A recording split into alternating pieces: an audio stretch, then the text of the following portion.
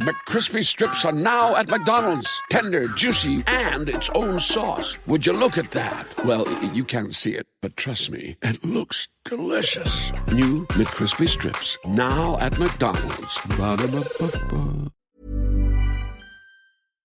Last week, we watched Deadly Friend. This week, we watched Robots. The connection was robots. What? Yeah, the connection was, it was robots, the connection was robots. There was robots in the movie, there's robots in this movie. The connection is robots. That's not the opposite of a stretch. What is this? I think this is the least stretch we've ever done.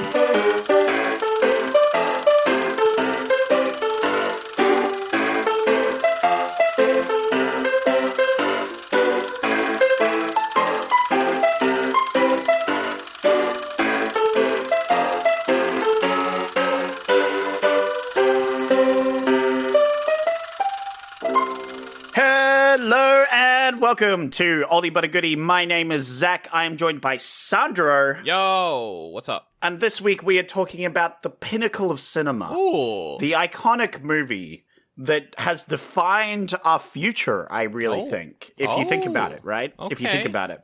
We are talking, of course, about the movie Robots. Ah, yes. A monumental achievement in cinema. Yeah. Yes. Yeah. I didn't know what you were going to say there. It's a monumental feat in... Mankind? Cinema. Yeah, a robot kind even. Oh, potentially. Yeah. I think this is a monumental feat in trans identity, maybe? It's surprisingly not problematic in that aspect. It's funny because it does skirt around it, like just. It feels like it's on the precipice of saying something that would get them cancelled, but they never quite push it that far. But it is a little weird, I will say. And this, of course, is one of our favorite sort of episodes, which is a nostalgia episode.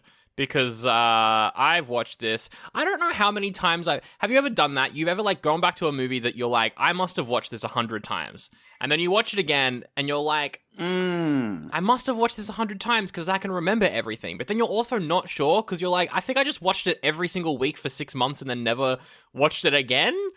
I don't know how often I return to it after I watched it constantly. I could say that, except I'm not a psychopath who watches a movie 100 times like you. But, but I do think it's more like when we were kids, we were absorbing information easier. Yes. So if you watch anything when you're a kid, you can remember it way better than watching something as an adult. That's true. That being said, I definitely watched this one more than once. I don't think I watched this, a lot, but I definitely think I saw it at least twice. Yeah. I think I saw it in the cinemas when it came out, and then I saw it, I had it on DVD, so I would have seen it quite a few times. But I think there was definitely a point where, other DVDs took over its spot on the shelf, and so I just kind of stopped watching it after a little bit. But I don't know, I saw this one quite a lot. I went back to this one quite a bit. I think I also must have watched this one in cinemas. Maybe. Yeah, and then I think I watched it on TV, or I might have watched it on TV and then got it on TV. I'm not sure. I'm not sure where I watched this. Yeah, okay. But I'm pretty sure I watched this on TV at least once. But whether or not it holds up, we will talk about very soon in First Impressions. But before we get to First Impressions, Zach, it's our first episode off of Skype. Skype got shut down, so now we're on Discord. Skype is dead. Long live Skype. And we're not fucking using Teams, so we're using... No, we're going to be using TeamSpeak when that comes out. That's a guarantee. TeamSpeak. Sandro has agreed to it previously. He said, boy, I cannot wait for TeamSpeak to come out. Now, the reason why we haven't used Discord for so long, despite both being avid users of Discord, is because Discord has very big delays. And I will ask this right now to our editor, Starkey. Hey, how's the delay between Zach and I at the moment? Honestly, it ain't that bad. Oh, okay, about what I expected. All right. Yeah, probably for the best, really. Yeah. For the best? Yeah. Well, didn't you hear what Saki said? I didn't, actually. I was not listening because of Discord. Yeah, the delay. Don't worry, he'll come through eventually. Yeah. All right, well, that's good. We'll keep checking in with Saki throughout the episode to see how the delay is going. I'm sure he's glad to hear that. Anyway, robots. Zach, first impressions of the rewatch. You go. Oh, the connection to last week was robots as well. I think we stressed that enough. I think we made enough jokes about that. But it's a good one of my finest connections, I think. I agree. I was just like, what is the connection here? I'm like, well, this is robots. There's robots. There's robots. There's robots. There's robots. Yeah, robots. I feel like you could also do like Young Inventor. My connection between Dungeon Master and Deadly Friend was Computer Expert, but I feel like Young Inventor is a different connection that you could then use between these two movies. Oh, absolutely. And like, I could have, but I think it's funnier if I just say robots. Yeah, I agree. It's very funny. Although it does block out the connection of robots for a while. That's like me being like, it's an animated movie for my connections at the end of this episode. Yeah, but again, you could just, you could say AI. Technically, right? That's true. Artificial intelligence. I didn't say AI, I said robots specifically. Artificial intelligence doesn't imply that it has like a corporeal body that it walks around in. That's right. Like you could be doing Terminator, and I feel like Terminator would be a good one, but you don't need to. You could do like, I don't know, The Matrix or something. Like, Maybe. Yeah. Artificial intelligence. But anyway, first impressions. First impressions, very 2000s. Oh, okay. Very 2000s. 2000s has like a theme. You could like feel the 2000s. That's fair. At least in humor, I think. Like, it's very juvenile in both the humor for kids and also the humor for adults that kids aren't going to get. It's all very juvenile. Yeah. It's not that it doesn't take itself seriously. It just doesn't think it's of itself very highly, I think. Maybe. It doesn't take itself very seriously in that manner. And I don't necessarily think that's a bad thing. I'm just saying the level of humor was, like, sex jokes. There were a lot of them. Fart jokes. Oh, there's some good ones in here. Robbie Williams. A lot of improving, a lot of accents. Yeah. And but also, it was, like, very, like, I'd say optimistic. I don't know if that's the word I'm looking for. It's very, like, hey, we've got the good capitalism guy and the bad capitalism guy. Oh, We're going to side with the good capitalism guy because the future is bright. And you know what? Everything worked out okay and everybody lives and everybody's happy. Non-spoilers and then spoilers as well in case you haven't watched it. But yes, that does happen. Yeah, okay, that was a little spoilery. But it's also like, also specifically this movie that's more like that. And the universe itself has some questions that I want to discuss about when we get into it. When we get into spoilers, I'm fucking, who cares about the plot? I want to deep dive into the lore of this movie. What really matters is what the fuck is going on in this universe. There's so much. I want to explore what this world is because I think that we need to get to the bottom of it. But yeah, no, for sure. That is a big part of it, is it's like anti-capitalism, but it's also pro-good capitalism. Yeah, right? Like, it can't be fully anti-capitalism because it exists in a capitalistic society, so it has to be pro-capitalism. Yeah. And there's like, I think we've done a few movies that are like that, where it's like, has this anti-capitalism tone, but then it's like, oh wait, we can't be anti-capitalist because capitalist people buy our product, and we need capitalism to exist for our product to exist. Yeah. Which is a very weird tone, and I kind of love and hate that. That's fair. I think it's interesting because it's not like, it kind of at points goes into like, not to say communism, but it kind of does delve a little bit into like there's some stuff that the main character does with other robots. It's kind of, a little bit like communist sort of vibes there, and I was like, interesting, and then it brings it right back at the end, and it's like, but still capitalism's the best, and it just needs to be a good man in charge, and I'm like, okay. But also it dealt with not just sex, but sexes a lot. Yeah, that was weird. We'll get into that. Which is interesting for a movie about robots. Why are these robots gendered at all? Yeah, right? Like, it's just weird. It's strange how weird. It's strange how all of the female robots obviously look like females, but then all the man robots, they can just be a head on a stick. Who cares? Doesn't matter what they look like. They don't have to be male coded. I'm like, what? Yeah, but if they don't have tatas, how do I know they're a females, Sandro? It's weird. But yeah, that's all fair first impressions right there. Yeah, that's it. That's what I got for this movie. It's very 2000s. Well, that's your first impressions. I get kind of a mixed vibe from you a little bit, I think. A little bit mixed. I've got a mixed for this one. It is mixed. Maybe I'm clouded by nostalgia, but I think I recognize its issues. We'll get to them, I'm sure, but I think all up, I thought this was great. I really enjoyed this. I think it holds up really well. I think, like, from a technical perspective, the animation, you compare this to shit that came out around the same time, like fucking Shark's Tale, and it's leagues above it. It does look fantastic, and the animation's awesome. I'll give it that. And, like, it's by Blue Sky, who also did Ice Age, and, like, it looks better than Ice Age, which is weird to say, because Ice Age should look better, because it's more simple, I feel like. The animation's more simple, but I don't know, like, this looks so good. It holds up so well. Yeah, but go rewatch the first Ice Age at least. Well, that's fair. The animation is rough in the first, but, like, you go to the second one, it is way better. Like, they improved a lot from the first. The first one has the Ice Age baby, which had a period not long ago where it was heavily memed. Yeah, I want to just got to kick that baby. Yeah, right? Because it was like the animation style was not good back in the day. Yeah. But like Blue Sky definitely improved a lot. Is Blue Sky still around? I have a bad feeling that they died horribly. Blue Sky, it's very sad what happened to Blue Sky. I think because they were teamed up with Fox. So they were a part of Fox's gallery of... Oh, well, no further explanation needed. Yeah. So when Disney bought Fox... Disney were being a little bit bad with Blue Sky over here. Blue Sky were making... Are you saying bad things about Disney, Sandro? Everyone's favorite corporation, Disney? I think so. So Blue Sky were bought out by Disney. They released that fucking Will Smith as a pigeon spy movie. Who cares about that? But then they were making... You probably... I don't know if you've seen it, but it's on Netflix. It's called like Nimona or something like that. Nimona. It's like Arcane-esque. This young girl is like, I want to be a supervillain in this like steampunk world. It's this, it's a pretty cool animated movie. I haven't seen it, but I've heard it's quite good.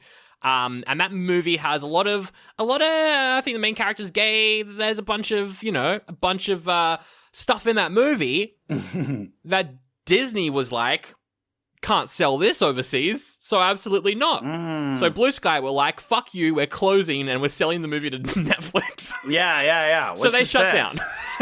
So they shut their studio down. I can't believe the giant capitalist corporation Disney would treat Blue Sky so badly.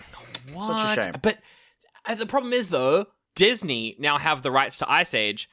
The Ice Age franchise has already been run into the ground. I like the first two. The Ice Age franchise got run into the ground so much. Disney are going to do it even more. It's going to be wild. To be fair, I was pretty fond of even 3, I think.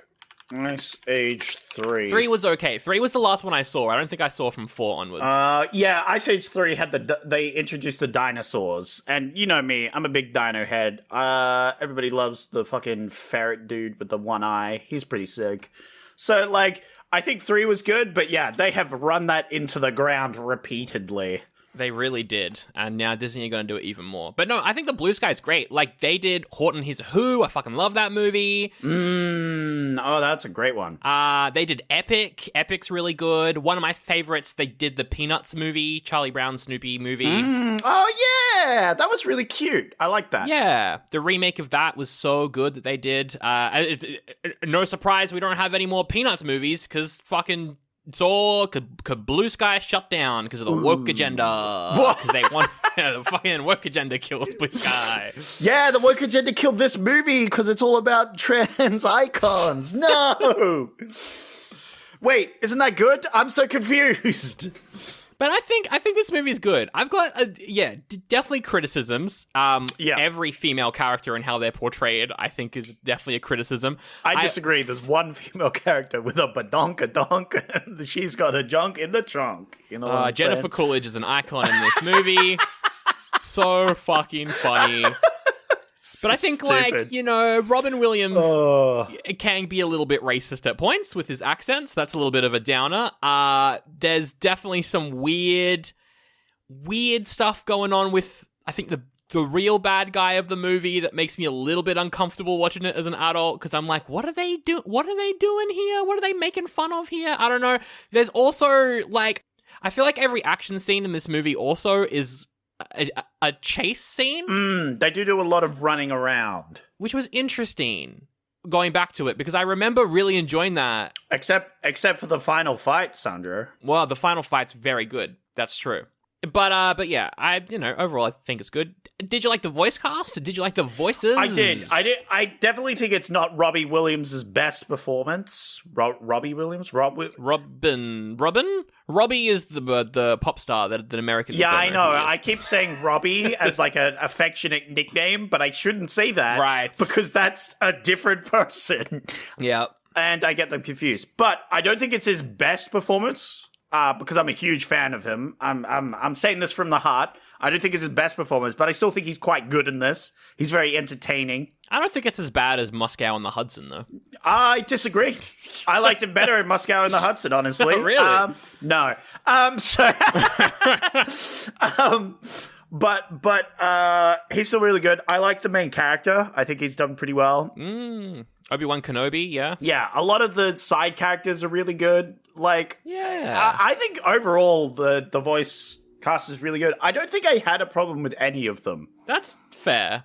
I think Robin Williams is the only one who I'm, like, critical of, and that's just because I know he could do better. I feel like they were trying to make him Shrek. Like, I feel like they were trying to make him Donkey in this. Oh, yeah. They were, like, Donkey, but also, Genie. They also wanted a bit Genie as well, right? Yeah, no, of course they did, yeah. I felt like they were trying to combine Donkey and the Genie to get that sort of side character vibe, because they saw all that, and it's like, we want some of that. And it's not quite the same level. Yeah, no, I agree. Because the thing about the Genie was he can just, like, summon whatever, he could literally do whatever, Whereas this robot has to be confined in this universe that we will talk about in a second, Yes. I really liked Mel Brooks as Big Weld as well. It was cool to see him in there. Oh, yeah. Love seeing Mel Brooks show up and stuff. Oh, like, just some of the side characters are just great. Yeah. I liked the dad. The dad's, Stanley Tucci in a fucking voice role. I was like, what the heck? Right? What the heck is he doing here? And he does a good job. Yeah, he's really good. And I like the mum as well. She doesn't get much screen time, but she's great. Yep, she definitely has a character and a job and isn't just in the kitchen for the whole movie and has 2 lines. Yeah, well, here's the thing, Sandro. I really liked the other female characters in the film. There's Halle Berry is the love interest, and then there's Amanda Bynes as the yellow one. One of the love interests. My favorite part about this film is the threesome that they're going to have after the end credits. But how old is Ewan McGregor's character? It's like he seems 13 and also 30. Why are they so horny, but they don't have sex? We haven't even talked about. We'll get there. We haven't got past the non-spoilers, but that's true. Speaking of horniness, I do want to very briefly mention though, in the Australian and in the British version of this movie, Jennifer Coolidge's character, she's called Aunt Fanny. Now, Fanny in America is a lot more PG than what Fanny means in Australia and in England. Oh, in America, fanny just means bottom, right? Like, you've got a fanny pack, you've got a butt bag. Yeah, that makes sense. I was like, oh yeah, bottom lady. In Australia and in England, fanny specifically means vagina. Yes. It specifically means which is very funny. So they had to change her name to Aunt Fan for the Australian and the UK release. Oh, I'm so glad I watched the American version. Because I definitely watched the American version there, because Aunt Fan, it ruins the whole point. It does. Yeah, I thought it was very funny.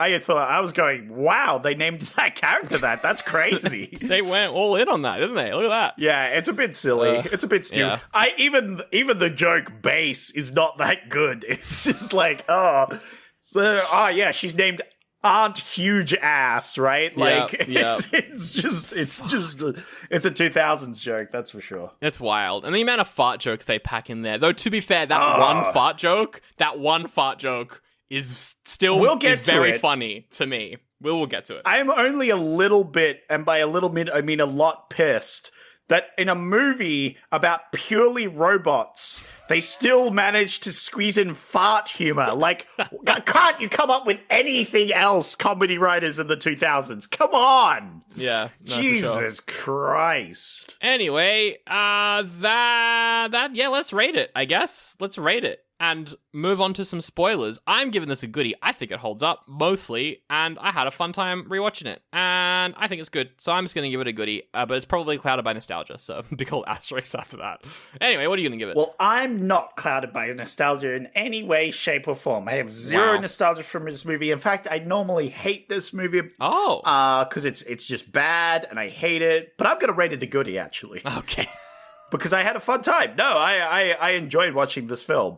It definitely left me with more questions than answers, but I enjoyed this a lot. It was a good time. See, I watched this and then immediately watched the latest episode of Doctor Who after it as well, so I didn't really have time. I thought of a lot of questions while watching the movie, but I didn't have my brain was just moving straight onto the next thing. Yeah. Which is a pretty solid spooky episode of Doctor Who. That's a good way of doing it. I watched this while my blood was being drained from me, which I think really helps when watching a movie like this, because the blood draining from your brain. I forgot you're into the vampire kink thing. Yeah. That's what I'm into. And so when the blood leaves your brain, it leaves it open to enjoy a film more. And I've been doing that more and more lately, just watching the silliest shit.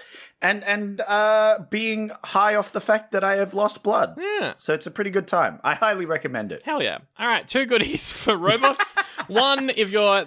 2 goodies with asterisks. One of those asterisks is you had to be a kid and watch this a bunch of times, and the other asterisk is have your blood be taken out of you while you're watching the movie. So... Yeah. Go donate blood and watch movies. It's a good time.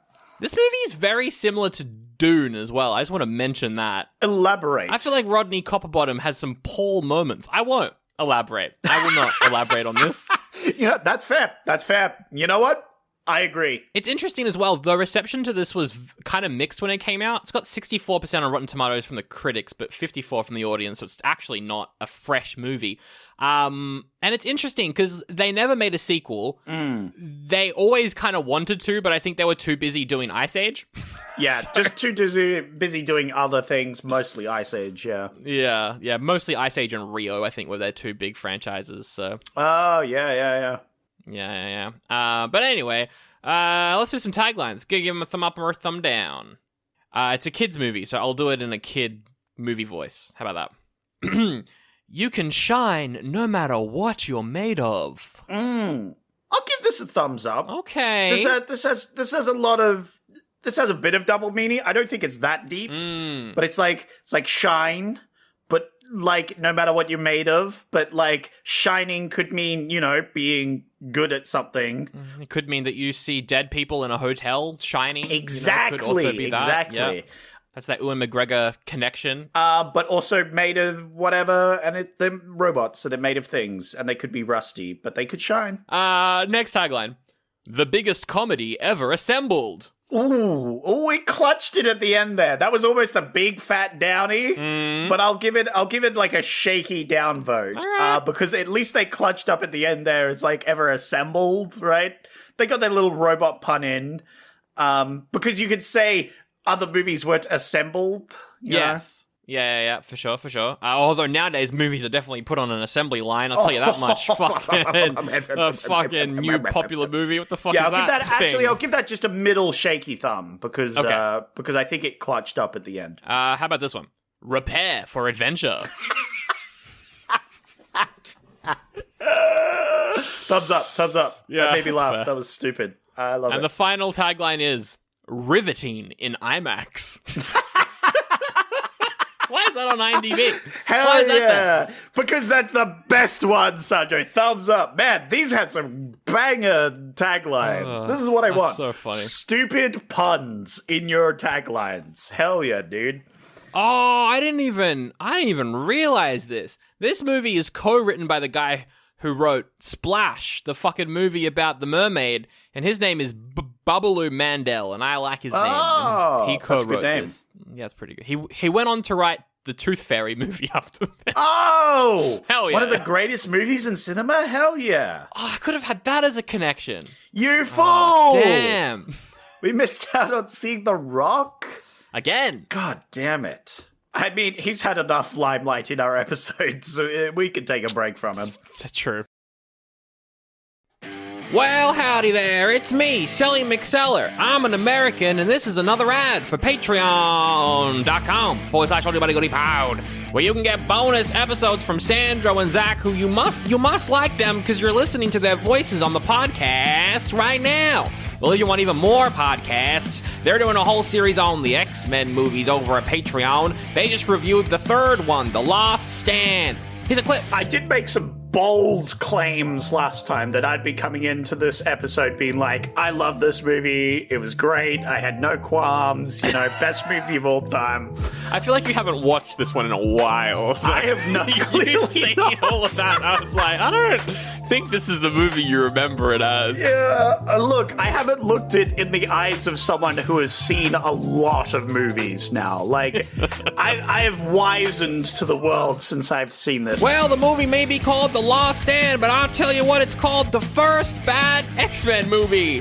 Oh, patreon.com/OldieBuddyGoodiePod. That's where you can get that episode, as well as the rest of the series and all the future episodes that are going to be coming out over there. And if you don't want to listen to my voice anymore, I'm an American, and if you don't want to hear that, you can go patreon.com/OldieBuddyGoodiePod. Get them ad-free episodes. That's right, that's only on the $1 tier. Also on the $1 tier, you can vote for what the boys review here on the main show for a very limited 2-month run. That's gonna be... please pick some bad stuff for them. I'm an American. Yeehaw! All right, kids, grab your nuts and bolts. It's time to spoilers. Spoiler time. Okay, the plot of this movie is there's a robot, and he's like, Daddy, I want to invent things. And his dad's like, you can believe, whatever you believe in, you can do. So then he goes off, and then he fights capitalism, and he saves the day. Okay, so the world of this movie... I was going to say you missed something, but I'm glad we're going to get into it, because it starts off like, what? It starts off so strong. Yeah. And it only gets weirder from there. It's so interesting because, I love watching movies as a kid and then not watching them for so long. Yeah. Until you're, a lot older that you pick up on the jokes that you didn't pick up on. Because as a kid, I was like, they have to assemble the kid. Mm-hmm. That is so funny. But I never got the joke, making the baby is the fun part. Yeah. Now I get that joke. They say making the baby is the fun part, and then they play a sax riff or something in the background. They play some wah, wah, wah. I was like, whoa! Wow, I didn't remember that joke as a kid. Whoa, hey. Mamma mia. And then they build the robot. I loved, the part where they're going push, but it's them pushing the head onto the body. That's a dumb joke, but we're already getting into the nitty-gritty, and we have to talk about this. Because they live in a... What, that robots in this world make robots? Yes. What is the societal implications that robots to have a child need to order and assemble a child? What is the capitalistic... already? Well, it doesn't seem like they have to pay, though. We never see... I definitely think they do, Sandro. They probably do, but the way that the movie... I would say they do, because do you know what happens later on? They have to get parts for him to, grow up, right? Grow up, yeah. And he has to get hand-me-downs because they can't afford new ones, Sandro.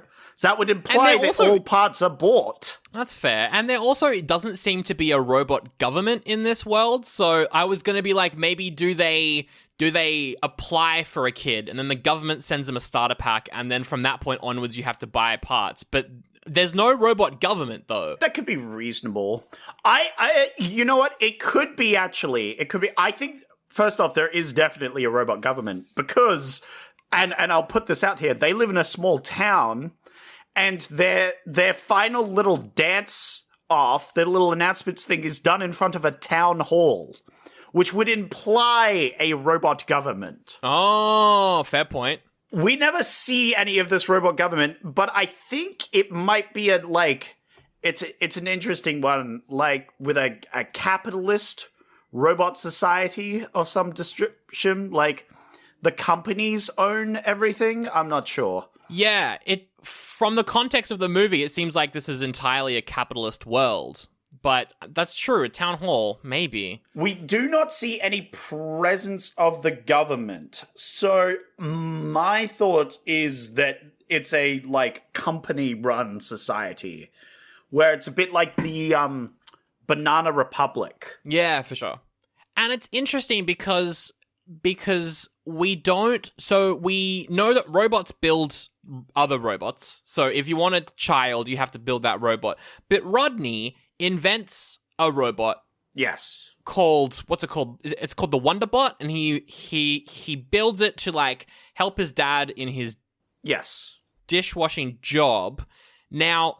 That robot, the Wonderbot, has sentience because it makes decisions. It does everything in the movie that all the other robots do. However, Rodney is saying, I'm an inventor. He's not saying, I made a kid. Yes. He's saying, I'm an inventor. Look at what I invented. But then his parents invented him, right? I don't know. Well, I can explain this because you brought up a good point that I wanted to touch on earlier, which is the provided baby. I think there might be something where if you have, because in real life society, when people marry, you know, you get legal documents to prove that you're married, right? That's true. That's true. And you get, you know, different tax sort of things, that sort of thing. So I think once you're married, you might be able to apply for a child because it's a bit more like adoption. My presumption would be where you have to be, you know, a loving household where you can prove that you can raise a kid and provide for him and all that sort of thing. And then you can kind of like adopt a child, as it were. Yeah. And that's where you get the starting one, as you said, right? And then you have to buy the new parts for him, you know. Which, yeah. I also want to talk about that as well, the setup of that in a second. But I'm like, if he created sentience, though, what are the rules here? Who made the first robot? Who is the first robot? What's going on here? That's I think you're dipping into religion there for the robots, right? You know, where did they come from? Did the robots evolve, or was there one big creator? You know what I'm saying? Well, but they never, at not one point in the movie do they ever mention that they have a robot god or anything. So no. In my headcanon then, all these robots make each other. Yes. All of the robots build other robots. Yes. The robots don't die, they get recycled or like smelted down, and we'll get to that later as well. But like all of the robots, like there is a circle of life for the robots that we see in the movie. For the first robot to make the other robots, there has to be a first robot. Who made the first robot? Is this like a city on Earth that's just robots that humans created as an experiment? I mean, to go with the easy out, I think, and the one that is my usual headcanon is that this is a post-apocalyptic society where humanity died and or left after making some robots. The robots built more robots, which were slightly more intelligent. And then they built robots, which were slightly more intelligent. And it slowly evolved to the society we see today, where the remnants of humanity have long been forgotten because they're robots. They probably have lived for like thousands of years in the society, and they've built up those also things. But to get to a point earlier that you made of like, he invented this thing and it has intelligence, right? We see different levels of intelligence in robots throughout this movie. This is true. Yeah, this is true. There is different levels of sentience. And I think there must be a, like, specific degree of intelligence for each, like, brain chip or something. So if something has, like, an animal chip, because we see dogs and cats throughout this movie. And they are treated as those. They are pets. Even though they're robots. Even though they are robots and could be as sentient. Like, yes. But one of the robots, in fact, a lot of the robots are also sentient objects as well. There's like a sentient microphone that is just a microphone with a face and it can talk. So I'm like, well, then what is that thing's daily life? Does it just get wheeled out to be a microphone every now and then? Well, I think that's his job. He goes out to be a microphone in places. But also there's a fire hydrant. Yep, fire hydrant. There's a phone box. There's a bunch of watches that are also sentient. Yeah, that's very funny because they like, don't buy us, we're fake. Which is wild to me. Like, what is... I like as well all of the Star Wars references in this, including that one, which is Ewan McGregor being approached like, do you want to buy some death sticks? And this it's, do you want to buy a watch? Yeah. It's very funny. It's interesting. But I think there's a level of sentience. So, like, that might be a question we don't see in the film, but maybe one of them asks is, like, what level of sentience one might be. And I think it's perhaps not for us, but for the robots, it might just be easy to tell as look at them. It's like, okay, this is a, like, level 1 sentience, and then you got level 2, and then you got level 3. And so I think I would categorize the invention as a pet level intelligence, right? Yeah, for sure. Because he never speaks, but he shows a lot of emotion, but so do all the other animals. So, and I think that pets and or animals in this world are more intelligent than most of our ones that we would have. Yeah, definitely. That's all true. I think the reason why I was kind of like leaning towards this being, I like the idea that it's post-apocalyptic, and I think that works with what I picked up on as well. But the city is called Robot City. Yes, which leads me to believe that it's the only city, which is why I was like, is this like? Ah, yes, Human City. Yeah, because it's like, why is it called Robot City? Surely it would like there'd be a bunch of cities if the whole world was robots. Either it's only this small area of a planet that is inhabited by robots. Yeah. And that's why it's called Robot City. Or it's like a walled off massive zone that's an experiment where robots just like run loose and humans are being like, oh, very interesting. Yeah. Oh, very interesting. Maybe could be that. I don't know. I think that's actually a better idea, potentially, is your walled-off idea, that this is an experiment that humans have come up with to make sentient robots that build themselves, and they were, like, studying them in this walled-off area, but then humanity died off. Yeah. And so this experiment has just been left to run without any oversight whatsoever. Yeah, definitely. And, like, we don't really have a history of the robots in this either. From our knowledge, it's a 2-generation place. You've got Rodney's dad. Yes. Who's like the same age as like Big Weld. He's the same age as the aunt and the bad mum. 3 generations. You reckon 3 generations? Yes, because they specifically say when they build the baby, right, that he has her mother's eyes and his father's nose or whatever. And they make a joke like, haha, I'm glad we kept those, right? Which, first off, a bit morbid, right? Like, their parents have died, potentially, in this world, and they've just kept the parts to build him, which brings up a whole nother bag of worms. It's like death to them, but we'll get to that in a second, because I had some questions about that. But so there's at least 3 generations, because there's a reference to their parents as well. Right, okay. So there's a reference to their parents. Well, then, in that case, I think maybe it has been going on for a while. But, like, I was like, there's a very big lack of, like, history in this movie. Not that there has to be. It's a fucking kids movie. Who cares? But, like, you know. Yeah. Just to add to the world building, thought that was interesting. They never specifically reference anything that's happened before, other than, I would say, Big Rig. Because we see on television Big Rig when he's a child. Yes. So Big Rig has been around for a long time.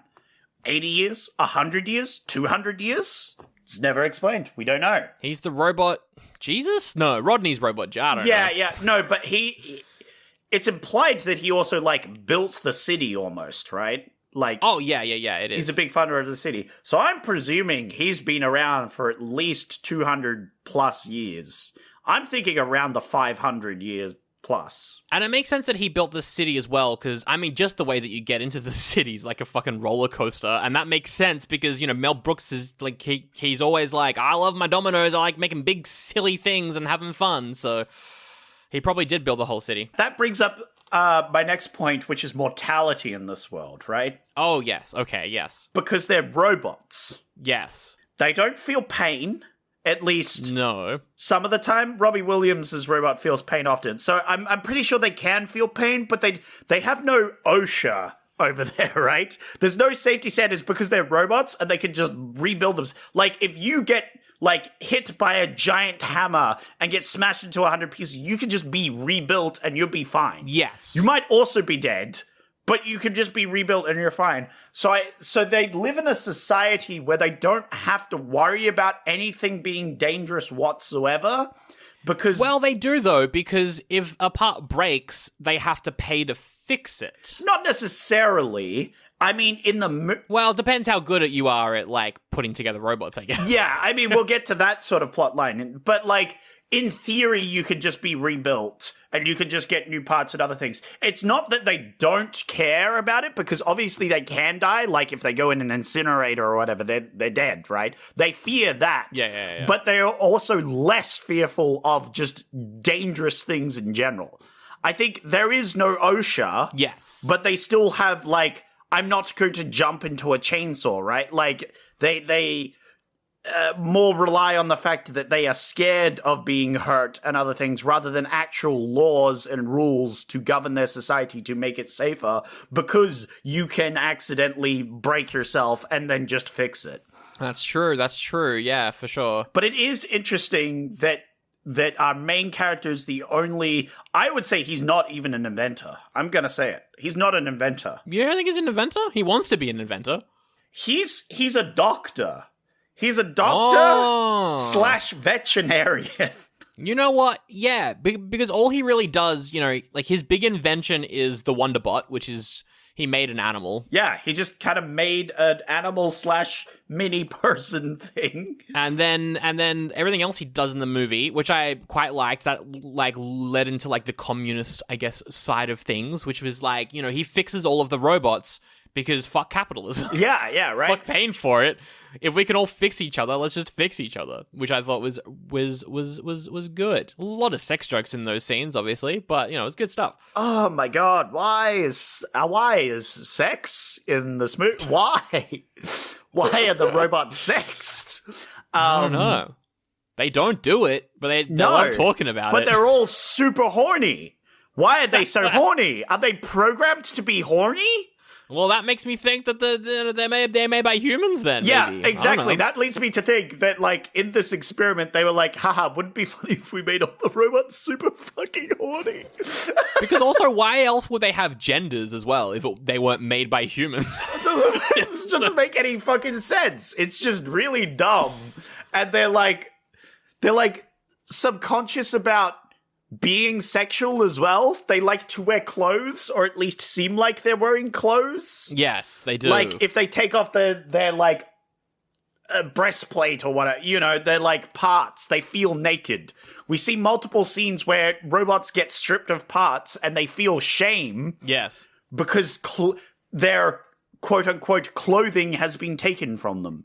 And this leads into the Robin Williams stuff as well. Yeah. Well, not just him. I think also Rodney as well. When he is growing up, he gets hand-me-down parts, and some of them are not necessarily, I guess, male-coded is a way to put it. I don't fucking know. But he gets like a torso that's got like boobs on it, and he's like, that's how he goes through high school, where is having that, which is just very interesting. Yet these robots, like, the part where Fender gets a fucking skirt, and he's like ashamed? Yes. But then he owns it. But at the start he's like ashamed, and I'm like, well, why though? That's the interesting thing. That's what leads me to believe that they are a society that was made by humans but has lived without humans for a while, because they're programmed to feel shame, but they also know that the shame doesn't make any sense, right? Yeah, definitely. Which is why I like that Robin Williams' character, like, after that initial scene, like, he puts on some wiry hair, and then he dresses up as a Viking or whatever, like, he owns it after that. And I'm like, fuck yeah, this... My trans icon. Non-binary? I don't even... I think non-binary is funny, right? Because it's non-binary, non-ones and zero. Haha, get it? Because binary robots, you made a robot joke. I like that. That's true. Bloody PC gone mad.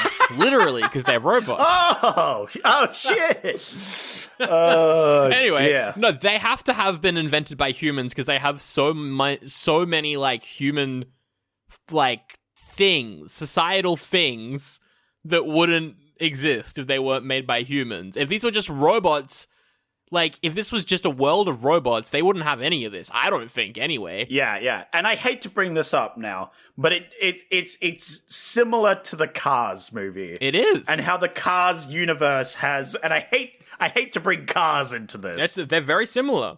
Cars also has the thing of like, hang on, if everything's cars, how does society work, right? Like, I feel like this makes more sense than cars. I think this definitely makes more sense than cars, because cars are like living organic beings with tongues, which doesn't make any fucking sense. But like, let's leave cars out of this. But it's got similar vibes of like, these are sentient beings that go about their days with genders and getting horny for each other, and then there's spies, and there's also planes. The plane spin-off for some reason. Yeah, like it's very interesting to think about how that works. Which, I mean, you're not meant to think, like, we've spent half an hour talking about stuff that I'm sure the writers were like, it would be funny if people talk about this in regards to this movie, but it doesn't matter. Like, none of this matters. But the implications are important. Exactly. Also, another implication and another thing that I found interesting, I love this joke as a kid when Fender loses his head, and then he has to control his body to pick his head up and put it back on, and like his arms fall off at some point, and they are like their own little robots. But how does that work though? Because we see that as long as the head is attached to something, you can control any part. Yeah. So why can he control his parts when his head is detached from his body? Only his body should be only his head should be the driving part. You should be able to put his head in anything, and then it becomes him, right? That kind of happens later with the skirt stuff when he gets a skirt. Why can he control his body if his head's disconnected? I think that's an interesting point that you bring up, the skirt, because I think it's that each part is its own potential, like, maybe not intelligent robot, but maybe that might hit the, like, sentience level of, like, this is a level 1 sentience. Yeah. Sort of thing. And then when you have the head on top, that's, like, controlling the rest of it, right? It's a bit like let's say, Doc Ock, for example, how his robotic arms have semi-sentience, and then his chip gets broken and he goes a little crazy. But that's besides the point. Like, they all have separate sentience, but he controls them, Yeah. And when they get unplugged, he can't control them anymore. Or when he plugs into a new torso, he's able to control that, right? Maybe. Yeah, for sure. That would make sense. And there's something there, perhaps. It does also imply, though, like, each of them has sentience, so each of them has to have, like, a control chip of some sort. And it's a bit octopus-like, because you can cut tentacles of octopuses, and they'll still, like, go around and grab things and do other things like that. So there's, like, the other thing to bring up, which I had to bring up, is nanobots. Is, like, some things created with nanobots. But that doesn't make any sense. And we also see a lot of separated limbs and other body parts of robots just around that aren't sentience like his. Yes. Yeah. Specifically in the chop shop. Yeah. Yeah. Is it perhaps his model was specifically made to spread the intelligence around, and that he is specifically a model of robot that you can break apart and reassemble, potentially for more dangerous jobs which end up with you being disassembled? It's perhaps like a perk. Also, I have to go back to the start of the film. But continue. Go with your point. And then we have to go. Well, I was going to say it could be as well for him in particular, because he is the one that pretty much all of this happens to. He is meant to be, according to Wikipedia, I don't know how true this is, he is meant to be a blender type robot. Specifically and with blenders, you can take parts out, swap them around, replace them. Yeah, maybe that's the idea there, because his name is Fender. I always thought it was called that because a fender bender is like a car crash, and this guy's a car crash, so that's what I always took. I mean, it definitely is a point, for sure. But maybe he is a blender. He's meant to be a blender man, and you can replace the bits of a blender. So. A blend of different robot parts. Yeah. Oh, that as well. Yeah. Yeah. Anyway, what's your point? Going back to the start. But that brings up. There's like several things I still have to go over. Jesus fucking Christ. I've forgotten. And so many good moments that I wanted to bring up as well, which we'll have to speed through at the end. But, yeah. It brings up the other point. Designer babies. Yes. Which is a genetic question that we're living in a society that's coming to that point. Sure, yes. Where, as a society, you can pick and choose what things your child's genetics, or in this case, parts, are, and how they grow up to be. Yeah, because they make Rodney, I guess, to not be a boy, and then at the last minute they're like, oh wait, did you want this kid to be a boy? And the mum's like, yeah, and so he has to nail his dick in. Well, I think that's a different joke. That's just a they forgot to put the penis on joke. I guess. But also he doesn't have one because he's a robot. So what were they putting in? Just an extra bolt? That's what I was going to bring up, that's another point, was that it's implied that they have genitalia, which is like wild, because why do they need that? But also I think it's literally, that would be a cosmetic design for it's just whatever they expel oil with. It's not for... Yes, yeah. It's not for sex, because we are shown that they don't have that. They have making a baby. So it must just be for expelling oil, which is the thing that they consume a lot. And also potentially nuts and bolts. That's true. Yeah, because we see parts where they shit nuts and bolts. There's a scene where a guy's pissing oil. So there is a little bit of that in there. So they're eating nuts and bolts. Is that because, like, they have, like, a stomach where they, like, dissolve that and then, like... these dissolved metals. I think it must be like a dissolved metal thing where it's like, okay, these metal is going to repair inwardly, and that may be the nanobots. But also we see in the diner scene, and I'm already past fucking designer babies. We're already just skipped over that, like, oh yeah, designer babies. Oh yeah, you can just order whatever you want. Yeah, it's fine in this society. Well, because Rodney looks like his parents, which doesn't make any sense because... Well, he could be the same. We see the bad guy, Ratchet, he looks nothing like his mum. I think it's literally a brand. Like, you buy a certain type, or you order, in this case, like, if we live in our society where there's a government and you have marriage and then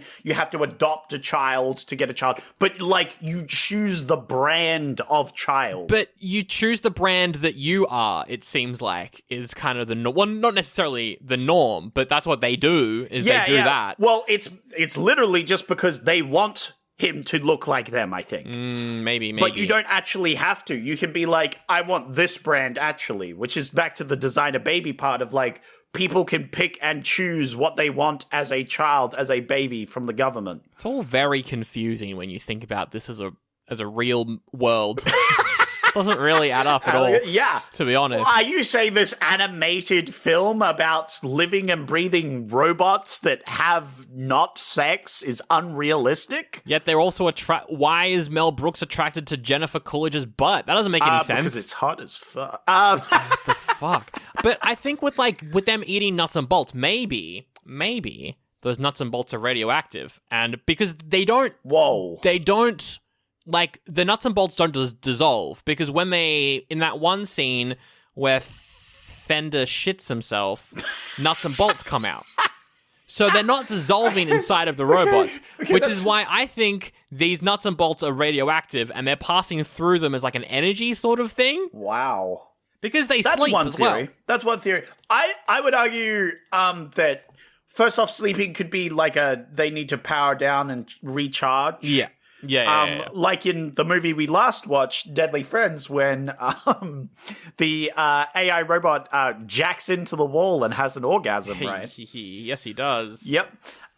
Speaking of sexual robots, but it might be a charging thing. But my theory when it came to it, I think when they get scared, it looks like they shit themselves, and that's what we think, right? Yeah. But it's more they are so scared that pieces of them fall apart. Could be that. Could be that as well. That it's literally like they are getting so terrified, and because when Fender gets scared at one point when a machine starts like backing up to go and talk to him, he like craps himself and parts of him literally fall off, and then he has to go back and like scoop them up, you know? Yep, that's right. That it's not so much poo, that it's literally like they get so scared that parts are falling out of them. Yeah, it could be that, But we see in a diner scene, one person is being served nuts and bolts, and it's a vacuum cleaner bot. Yes, which makes sense. Who then vacuums them up, right? Kinda. But then aren't you just doing your job in your free time? Exactly. No, that's what I think exactly they're doing. I think that he is programmed to vacuum, so he desires to vacuum. So he eats because he wants to do it, not that he needs to do it. But that doesn't add up for other robots, because Rodney is designed to be a dishwasher, yet he doesn't want to do that at all. I think we see him later on discard his dishwasher body and throw it at his boss, right? Yes. So I think you can be changed. He literally says, like, it was installed into him. Well, yeah, because he wanted to be... Yeah, that's true. Yeah, he wanted to be a thing. I think it's, once again, humans have programmed it into them that they want to eat, just like they want to fuck, because it's very human, but they don't actually need to, and they only go to diners and other things like that as a recreational, like, for funsies. Yeah, just for a little bit of fun. Could be. Yeah, 100% could be that. Definitely. But I actually think you're radioactive, like...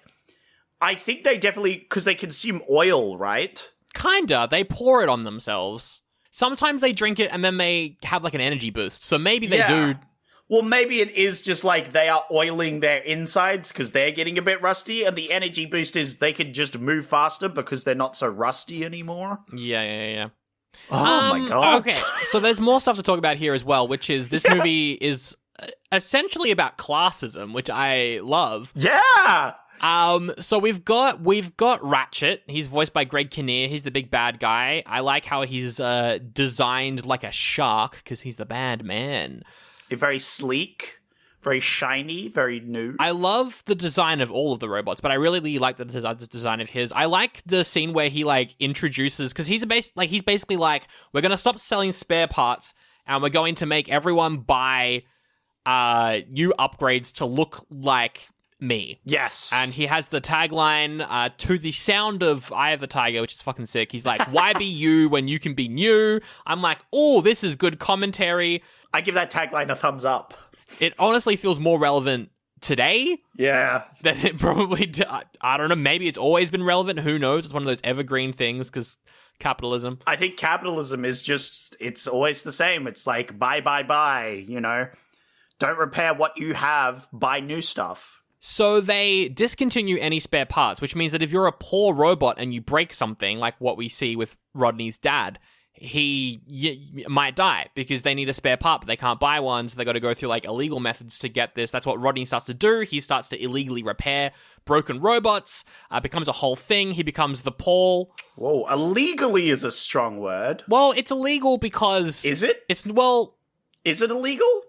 I think Ratchet controls the cops, right? Whoa, that's going so far. Because at the start of this, Sandra, you said there wasn't a government, but for something to be illegal. But there are cops, though. There are cops. But they're robots designed to look like cops. That doesn't necessarily mean they are cops, though. Maybe he's just got his own private army. Maybe that's what it is. I don't know. I think this is I think this is a capitalistic dictatorship where you have a company that owns a country and therefore is making laws, as you say, and it's only illegal because Ratchet makes it illegal in that sense. No, exactly. And so their plan is, so if you're an outdated robot, you're called an outmode. And essentially Ratchet and his evil mum want to kill all of the outmodes. Just kill all of them, melt them all down, and recycle them. Also, I loved that. I loved how his mum, his mum is played by Horace Slughorn from Harry Potter. That's Jim Broadbent who plays the mum, which is very funny. She's great. It is very Shrek, like Tooth Fairy and Prince Charming, right? Yes. Where he's a bit of a himbo, and she's like the real brains behind the operation. Yeah. Which is interesting. Her design's so scary. She's got like a little mini furnace on her head that's constantly burning. She's just like, I am evil. Here is all my spikes and evilness, you know? Yeah. I don't know if it makes sense that, because I feel like she just wants to burn things. That's why she's doing this. She doesn't want to control Robot City. She just wants to burn things. Well, I think she does in a way, but she personally doesn't want to do it. Like, she doesn't want the responsibility of it, which I think is literally the only reason she is married. and has a husband is so she could have a child, so she could have him do the, like, hard work of running the country, so she could continue scrapping things, you know. Which is her passion. It's what she's programmed for. And so, yeah, she's just like, I'm going to clean up the streets and get rid of all the poor people. But as we see in the movie, I want to say maybe 80, maybe 75% of all robots are outmodes. So, yeah, they're doing they're killing everyone. That's their plan. It's a genocide. It's literally a genocide. This movie is fucking dark. Do you know what's darker? I'm going to bring up more dark things. Do you want another dark thing? What's darker than that? Well, you know all these poor people, right? Yeah? Yeah. Do you remember seeing any poor children amongst them? Oh God, I don't think so. No. We see two children. We see two, like, or at least two families. We have the main character, whose dad is elated when he gets a child. That's true. Yeah. And we see the evil people and the bad guy of the child. It's because having a child is extremely expensive. So no one's doing it. We see in the yearbook, the only people in the book are all like these shiny, newer looking bots, right? They all look pretty classy. The joke is obviously it's like, haha, he has a hand-me-down torso, so everyone else's, photo book picture looks really good, whereas his looks bad, right? Yeah. But it also shows that all the other robots that are being, built like this are all newer, very expensive robots. You have a very good point there. I did not notice that. I think you have to buy robots, or at least you have to, have a lot of money to get these robots, and that the poor are stopped from getting robots, and only the rich can have babies. Oh my God, this is so fucking relevant, because what are we seeing right now? We're seeing people our age not having kids anymore because it's too expensive, and the people who are having kids are the fucking right-wing rich people. Yeah. So, this movie, fucking smart movie, man. What a good film. It says a lot. We live in a society. We live in a society. Bottom text, my guy. Etc. It's crazy. I was like, oh my God. At one point I had the epiphany. None of the poor robots that we see are married or have kids. There's the auntie bot, which is taking care of people, but none of them are married. They're just horny. Yes. And none of them have kids because none of them can afford to do so because they can barely afford the parts to repair themselves. Exactly. 100%. Wow. Which is fucked up. That's fucked. What a fucking movie. God damn. Fuck. So dark. It's so dark. So dark. And Rodney might have a kid. Why though? Because his girlfriend, Halle Berry, that character, she's a fucking bigwig executive at the fucking big company that runs the whole country. So they can probably afford it. She's part of the elite. You can always tell the elite because they have all these new, sleek, shiny bodies, or specifically in the boardroom, they are all designed to look like just a copy of Big Weld. Big Weld. Yeah. They all look like either Ratchet or Bigwig, and those are the two sort of styles. And I think, when Big Weld was in charge, that was the style. People tried to look more like him, and then once his style got off-brand, more of the sleek, shiny, newer robots started to look like... I don't think Rodney was, they were trying to look like him. I just think he was part of the style change that happened. Yeah. And he grew up into that society, and now he believes in that style, right? If you are a robot and you are a child and your parents are like, hey, we actually can't afford to buy you a teenager body, so you're going to stay as a kid for a year. Wow. Does that affect your age? No. What's the age of these robots? Because I think that's like a growth spurt situation, right? Where it's it's in their society, it's oh yeah, you haven't grown up yet because you couldn't afford it. Whereas us, it would be oh, you haven't had your growth spurt yet. And they might refer to it as a growth spurt is when your parents afford enough money to actually buy you newer parts. And they might skip a year's model, right? Because it's interesting because it's we've got Rodney and he's probably, fresh out of uni or high school, whatever. So he probably couldn't even afford uni, to be honest, just based off his background. So he's probably like, 19, 20 maybe. Yeah. You've got Big Weld. He's specifically old. He's an old guy, but he doesn't look old, and he sounds and acts the same way he did 20 years ago. So, he's aging. He's like he's an oldly... Yes. His programming is to be old, but he's not necessarily old. We see that with Tim, the gatekeeper, as well. Fucking Paul Giamatti over here, so funny. He also does not age. Yeah, well, the robots don't age. The only thing that ages is mental for the robots. You mentally age, which is why I think it's weird that Rodney and Halle Berry's character get together, because she... Yes. At least in terms of the writing, I feel like, or maybe that's just because I'm projecting like human expectations, in that if you have to be in that role, you're probably 30 or 40. If you're in that sort of executive role at a big, corporate job, you're probably around that age. So maybe that's why I feel uncomfortable with their relationship. But I do feel uncomfortable about it, because I think... I think that's fair. I think Rodney and Piper are closer in age. Yeah, but Piper could actually be like 100 and something years old and just not be able to afford the upgrades to look older. Well, that's the thing. It's like Fender seems like he's 60. Right? That could just be because it's Robin Williams, and he was. But, like, he seems a lot older, specifically, than Rodney. And he's a bit more rusted. Yeah. Yeah, and he's all rusted and stuff. Yet Piper seems like she's, 20 as well. Yeah. But maybe in, like... I guess I don't know. It's just so interesting. It's so interesting to think. I think they're a bit older than they seem, and I think specifically Big Weld is really old. But age isn't a defining like feature past maybe your 20s or whatever, right? Once that cuts off, for sure. It's like it doesn't really matter, because Big Weld he might have got his like 50s or 60s bod, and then he's just maintained that for the next 500 years. Maybe. So it's like once you reach a certain age, it doesn't actually matter for most robots. It's all about your personality and who you are, sort of thing. Yeah. Anyway, Starkey, how's the Discord delay going? Some parts are a little bit off, but mostly it's been pretty decent so far. Yeah. Okay. Yeah. No, that's interesting. Oh, that's all right. That's Yeah. pretty good.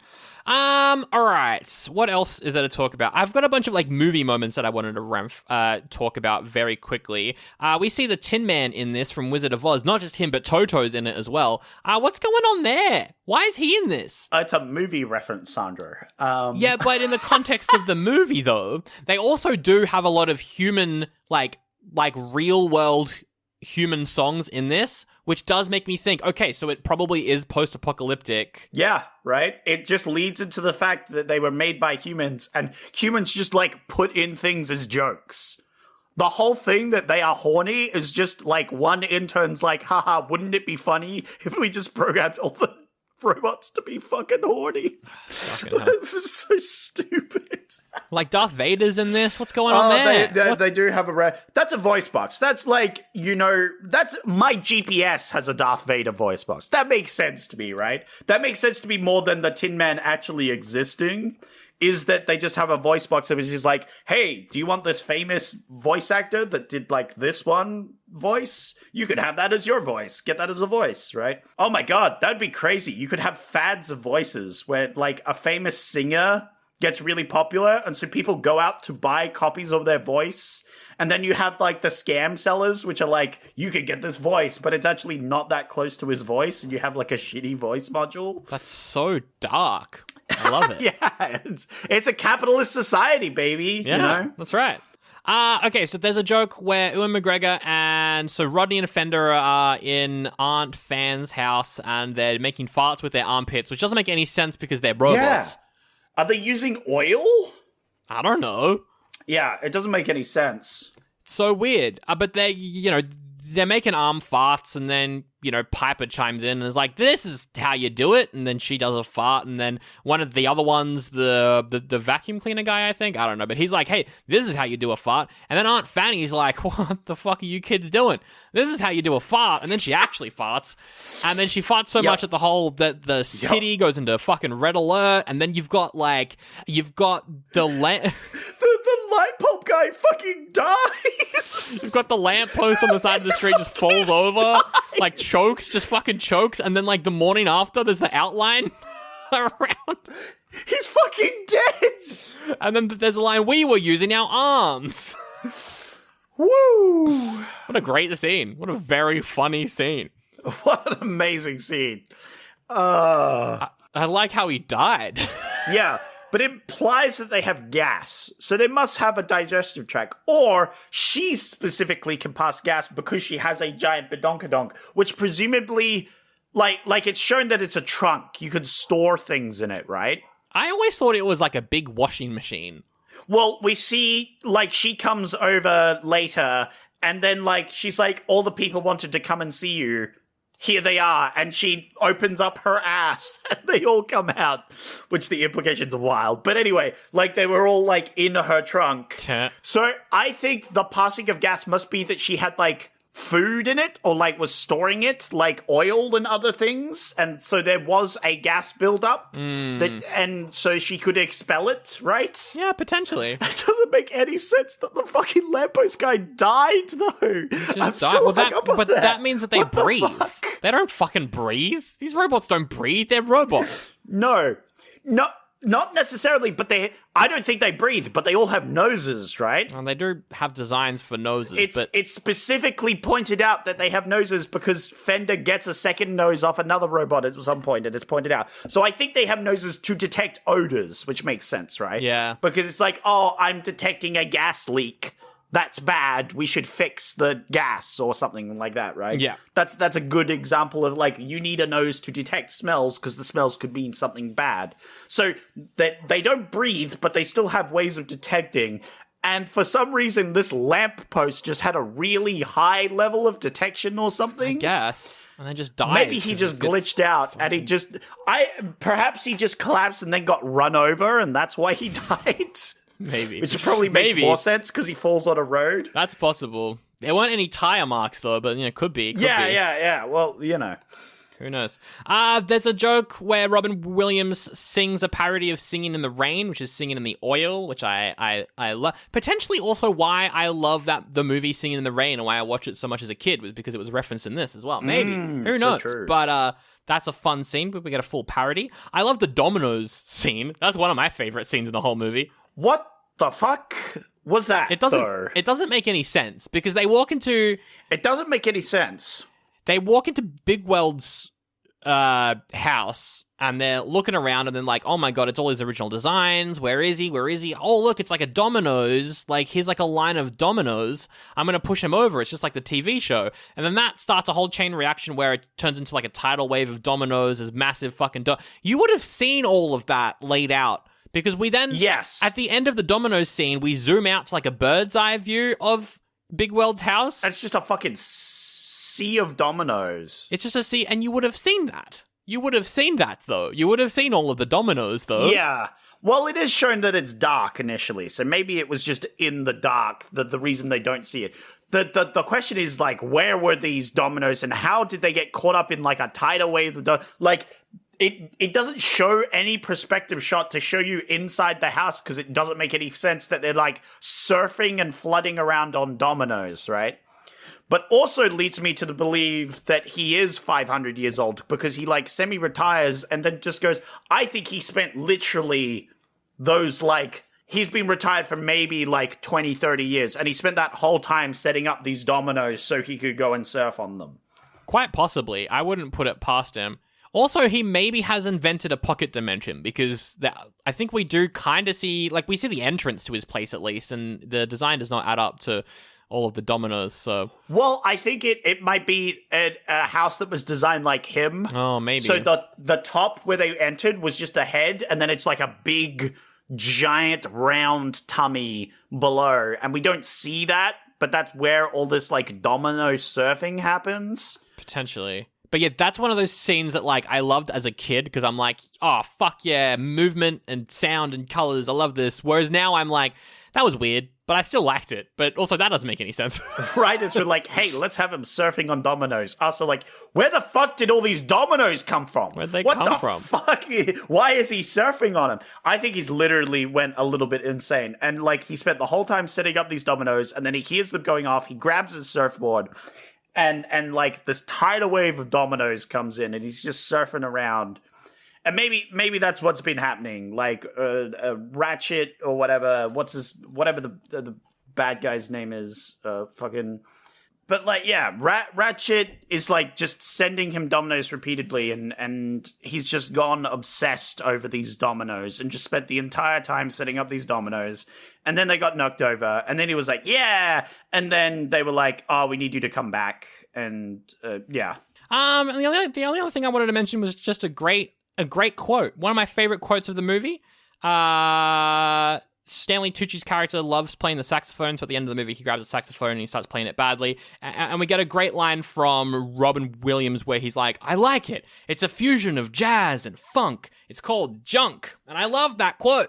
It's very funny. Good stuff. It is a very good one. Yeah, that's a great one. It's a very good movie. I hope people enjoyed us going really deep into the world. Not at all necessary, but very necessary. Yeah. Yeah. It was interesting. There was a lot of things going on this movie. Like, we didn't even talk about how, like, the city is designed as a kind of Rubberg machine. It is. Of, like, if you want to use public transport, it's just a timed Rubberg machine, which kind of makes sense. They're robots. They can time things really well. So if you want to launch a ball through several cogs that just have one small hole, you can do that. You can do that. Why not? Yeah, that's very true. Yeah, and that led me into believing that they have no sense of, like, OSHA and engagement and all that sort of thing. Specifically, also, at the literal first couple of frames in the movie, we see one vehicle, which is a slinky vehicle. That's true, we do. Which is just a ball with two slinkies, and it's kind of going downhill, like the ball's in the center of the two springs. Springs, very dangerous. In real life. Big springs, very dangerous. A lot of kinetic energy, a lot of things. If you're a robot, you don't care. Yeah. Instead of using a practical wheeled device, you're just like, I'm gonna make this thing of slinkies and ride that around. That's pretty fun. I think, I can't think of many other points that I wanted to bring up. No, I think we covered everything. Look, I will say this, after our episode of Monster Trucks, I, quite liked him, but I think you were pretty down on director Chris Wedge. Do you feel like he redeemed himself with this movie? Oh, yeah, for real. I think he did very well on this one. I think what happened was that the concept for Monster Trucks was just bad. Which is why it's a bad movie, and then they put their heart and soul into it. But it was just a bad concept to begin with, and they needed whereas this has a better concept to it. Yeah, for sure. And it's easier to apply in a better way. I was going to say, he's the voice of Wonderbot, but he's also the voice of Scratch from Ice Age. I had no idea that Oh, there you go. Is the guy who did both. That's crazy. Oh, Sandro, before we do anything else, I just wanted to mention the final fight scene. Oh, sure. Final fight scene's important because it's the only combat we see in the film. Yes, that's true. It is, actually. Most of the other film, it's like them getting their ass kicked or them in a chase scene, right? Yeah. A lot of chase scenes.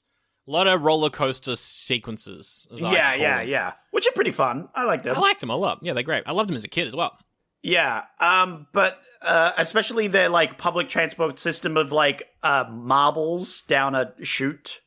I like that a lot. I thought that was pretty cute. I like it. But they have a fight scene. Yep. And it ends up with all the other robots that he helped fix coming to help, which makes sense. I think that's pretty cool. Yep. I think that was a good way of making the main character win the end fight. But they're having a fight scene in the underground, the evil area, which is another, like, lower class society sort of, like... I don't know how much I want to get into this. They are, let's just say, the robots down there are definitely servants of some kind, potentially they are slaves to Yeah. the mum. It never quite explored. I think this goes down to machine intelligence again. Maybe. Right? Maybe they're made to be drones. Who knows? Maybe they've got like animal level intelligence sort of thing. Yeah. And also, it's very Coruscant-esque. It is extremely so, yes. Yeah, you could tell. Big Star Wars fans and this movie's makers. Yes. But like, it was very Coruscant, where there's this like seedy underground where it's like no one goes, but it's evil. The girls fight together where they have of course they do. we are right, like of course. When like she rolls up and then immediately they're like, yes, you get on my back and I'll spin around and you kick them. Yep. I was like, how would they figure what? They're just good fighters automatically. She fights them by rollerblading. Mm-hmm. One guy fights them because he got equipped some tires and is just like running over them. Monster Truck Man, I liked that. That was fun. Also, very silly that like Big Weld gets captured or gets sent underground, and they're like, let's stop and upgrade you now, right? Yeah, it took them apparently 5 minutes, so it's fine. Yeah, what? I was like, wouldn't that have taken a while? But anyway. That was also very confusing to me as well. Yes, and Fender upgrades is like equipping a Valkyrie costume so he can dance to Hit Me Baby One More Time. Yeah. Which all the other robots join in on, the bad guy robots. Which was odd. However, we see earlier in the movie, there is a scene, I don't remember what it is, maybe it's even in the diner, maybe it's a jukebox. We see that they have the ability to play music by someone called Britney Gears. Britney Gears. And then they play Hit Me Baby One More Time by Britney Spears. However, is that by Britney Gears? Who knows? No, that's by Britney Gears, obviously. That's by Britney Gears. So that song's by Britney Gears, who might be a robot, or maybe it's a robot designed to look like Britney Spears with a Britney Spears voice chip in it. Who knows? Who knows what's going on here? I don't know. Just thought it was interesting how they reference her and then they also play one of the songs. I thought it was interesting. Yeah. And my favorite line, you mentioned yours, but my favorite line is, are you thinking what I'm thinking? Yes, I am. Let's go. And 5 seconds later, this isn't what I was thinking at all. I like that scene. Very funny. Which I was glad that they at least, riffed on the whole, like, you're thinking what I'm thinking. And he was like, no, not at all. I just wanted to mention that because that was my favorite line of the film. Definitely. Yeah. And I just thought it was interesting that they had an actual fight scene at the end.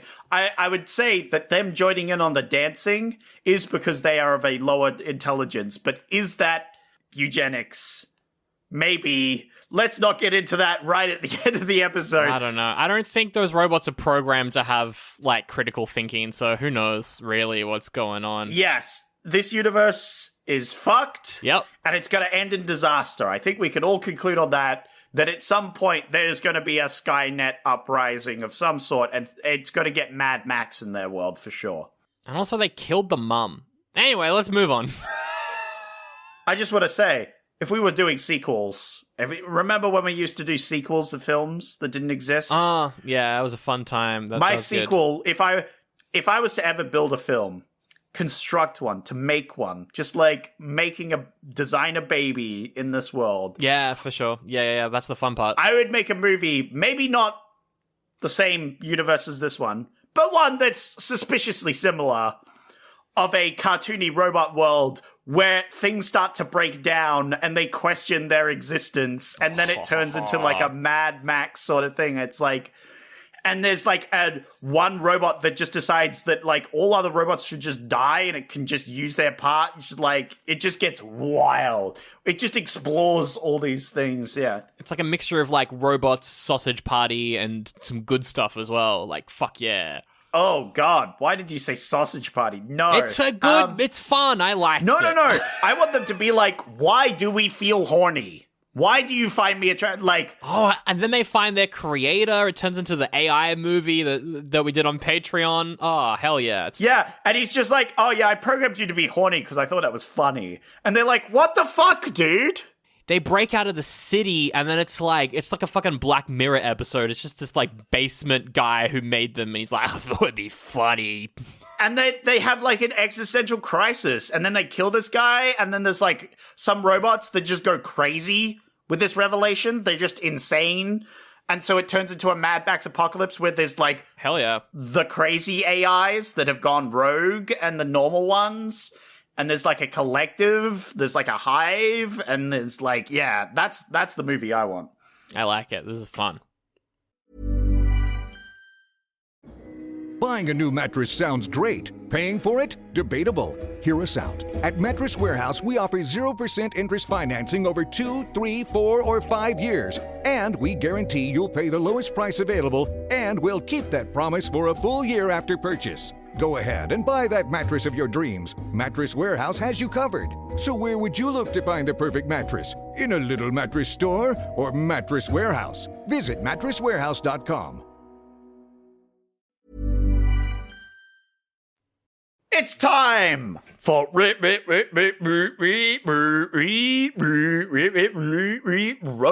reviews. Oh my god, robot reviews. This is the part of the show where I go to Robot Tomatoes, where we get the robot reviews from the robot people and not the human people. These robots are objectively better than humans because humans are stinky. That's true. And robots are cool. In the future, the internet will be populated with only AI, so this statement will be correct. Let's check out some reviews from a bunch of bots. Yes. Haha. I have gotten some reviews from Rotten Tomatoes. You, Sandro. Yeah. Sandro Felche. Oh, it's me.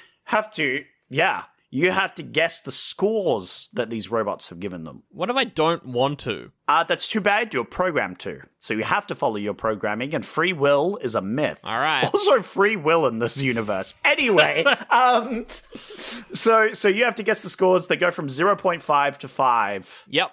Are you ready? No. I can say we got some banger reviews. I bet we do.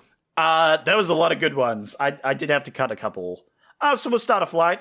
Raven says, the world building is very strong throughout this movie.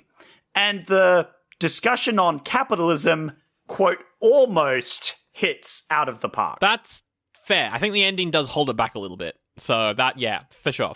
Yeah. Oh, but almost hits it. You know what? I think it's positive. I'm gonna go for a 4 out of 5 straight out the gate. Big old positive rating. Ooh. That's a fair call. Unfortunately, it was actually 4 out of 5, and you got it completely correct, and you did well. Good job. Fucking scared me there. Yeah, I know. Fucking... I did a little cheeky on you. You got it. All right. You nailed that one. The next review is by IEG Garcia. Oh, there's a name there. Okay. Yeah. Who says, cute, but weirdly suggestive. Yes, that's very true. Which I agree with. It is. Correct. Yeah. And that's the whole review. So I'm going to say that's a... Oh, cute leads me to think it's a 3. Is that what you're locking in? I'm going to lock in the 3, yeah. It's 3 out of 5. Oh, another 2 point for on the 2. board. You're doing really well. This is why I've watched this movie 100 times. 100 times. Rachel has a great review. It's one of my favorites, who says, I ordered a bigger ass. Which is true. What do you mean? I guess, in the universe, you could just order a bigger ass. That's true. I guess. You can. Oh yeah. All the commentary about cosmetic surgery as well was really interesting. Anyway, yeah. Right. Yeah. I'm gonna say. Ooh.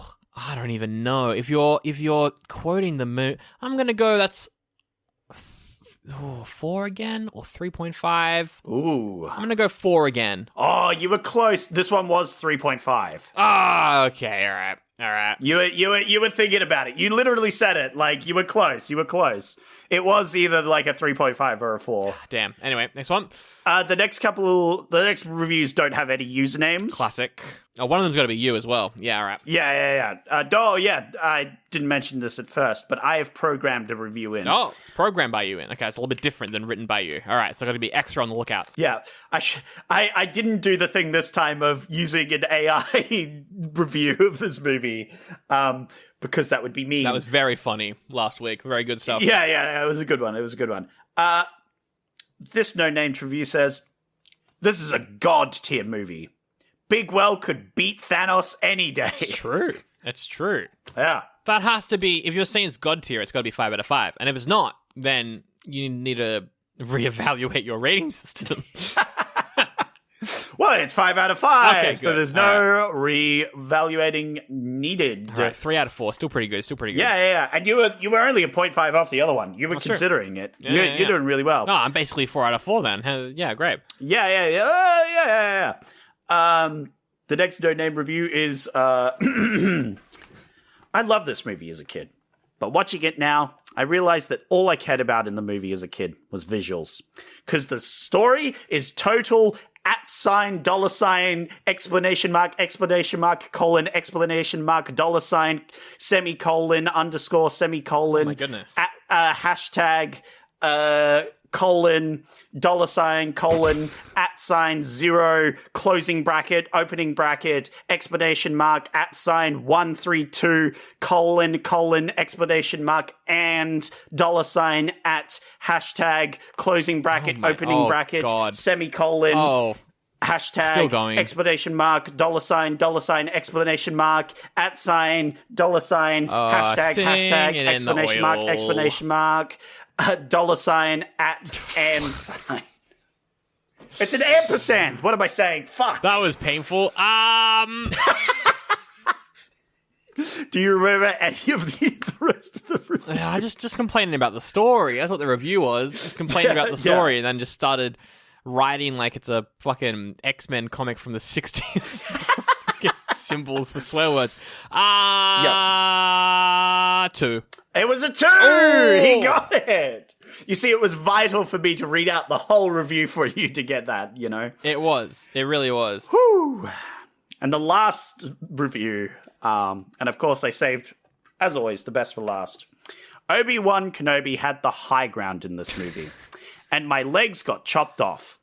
The thick robot was poggers. Oh my god. What in the brain... What brain rot shit was that? I don't even know. I think it was pretty poggers. 3.5. Why not? It was 4 out of 5. Damn it. Hey, you did really well. You were only like a collective 1 point off this whole review. That's true. You did pretty well. What's your one though? I'm gonna say yours is the order to be a butt one. That's your one.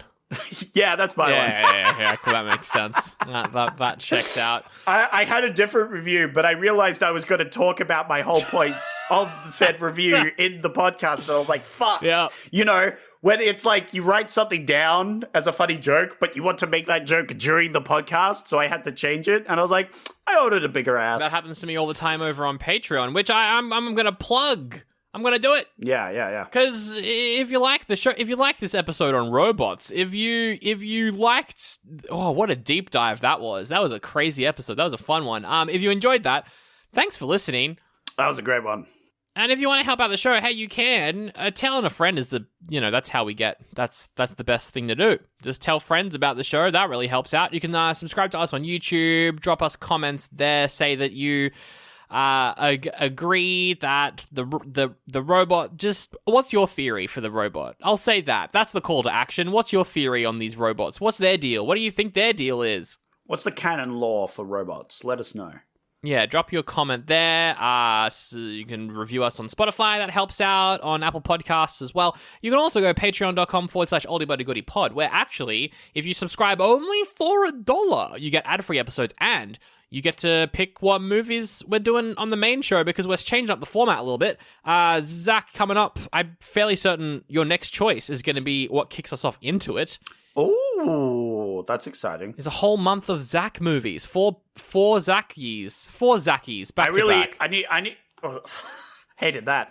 But also I need a brainstorm. I need to really think about. I think what I'm looking for is an arc. Yeah. You know? I want an emotional arc where we start off and then we end up in a place unexpected. Yeah. You know? And so what's going to happen is we are recording these episodes a little bit ahead of time. So if you want to subscribe there, chances are the first poll's probably out, or maybe we're up to the second poll at this point, not sure. But basically, so next episode, you're about to pick a movie from my choices. That's next episode. Then the episode after that, we're going to have a bit of a filler episode. I don't know if we're going to do a movie or if we're going to do something else. Maybe Starkey can pick a movie. That'd be fun. It's like a little... That'd be fun. Little side thing he can do. He can pick something. Yeah, that'd be cool. I'd like that. We can get Patreon to vote on that as well, maybe. But then, yeah, you're going to come up with options. Put them in Patreon. I think I already know what I want to start off with, and it's going to be fucking wild. We'll see if you can even connect I it, don't know though. if you're going to expect it. Yeah, that's true. Like, if we have to follow connections, We do. Maybe that's my goal, is I have this thing in mind that I wanted us to do. Yes. And I have to go from whatever connections I've got to connect to the thing that I want to do. Exactly. Over the course of 4 connections, plan them out. But It's like the Wiki Links game where you have to get to a thing, but I have to do that with the connections from whatever film I start with. And that's the fun thing about Patreon, is that maybe Patreon will derail you with their votes. So who knows? Yeah, that's true. So we'll see. Join the crew. We'll be doing that. You'll be doing a month, then I'll be doing a month after you. So that'll be fun. You can do that on Patreon. That's for the $1 tier. You can also, a little bit more money, get some bonus episodes. I think out this week is X-Men Origins Wolverine. That's going to be interesting to watch. That was a movie. Yeah. About mutants. Yep. Kinda. I guess. Maybe. Anyway. Well, yeah. That's a fair point. Patreon.com/Oldie, you can get that. Okay, Zach, I got 3 options. You go pick a movie. Go pick a movie. Are you ready? I am ready to ask some questions to get some vague answers so I can pick a movie and regret my decision. Now, I'm going to give you the connection. The connection for all 3 movies is the same. I'm going to give it to you up top. So, in the movie Robots, there's a scene where Ratchet is showing off the new designs. Yep. To the sound of the song Eye of the Tiger by Survivor. Whoa. My connection is 3 other movies that also use the song Eye of the Tiger by Survivor. Whoa! That's a sick connection. That's an awesome connection. Because I remember I remember that scene. It's so ingrained in my brain as like that's where that song's from. Is from Robots, because I think it's the first place I ever saw it in. That's definitely not what I think of when I think of Eye of the Tiger. That's crazy. So I've got 3 movies here, and you've got to pick them. I'm not going to give you year.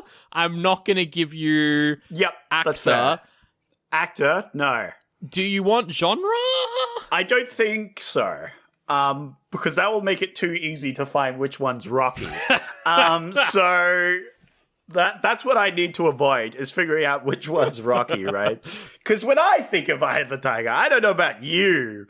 I don't think of Robots, the animated 2005 movie. Yeah, what do you think of? I think of Rocky. Well, yeah, that song was written by Rocky 3 and then used in Rocky 4. So, it's true. That is what it's from. So, yeah, for sure. But yeah, like... to be fair, I've never actually seen Rocky. So I just associate that sort of like thing with like an action scene, And I've always thought of Rocky in that, Okay, so you've got 3 options. You don't want the genre. That's fair enough. Ask some questions. Let's start off with some colors. Let's do some basic colors. Give me a couple of colors for each of them. I like colors. Okay. Option. That'll give me some time to think about some questions. Yep, I like it. Option number 1 is gold, like a golden yellow, and then like an aged brown, like a wooden crate sort of vibe. That sort of like brown. Yeah. Oh, okay. I'm thinking that's like a kung fu movie. Oh wow. Okay. Yeah, for sure. Okay. That's what I'm thinking of. The second movie is green. Okay. And I'm gonna go with like green and blue. Ooh, okay. Like how green, how blue? Like navy blue, light blue? A mixture of blues. All blues are present.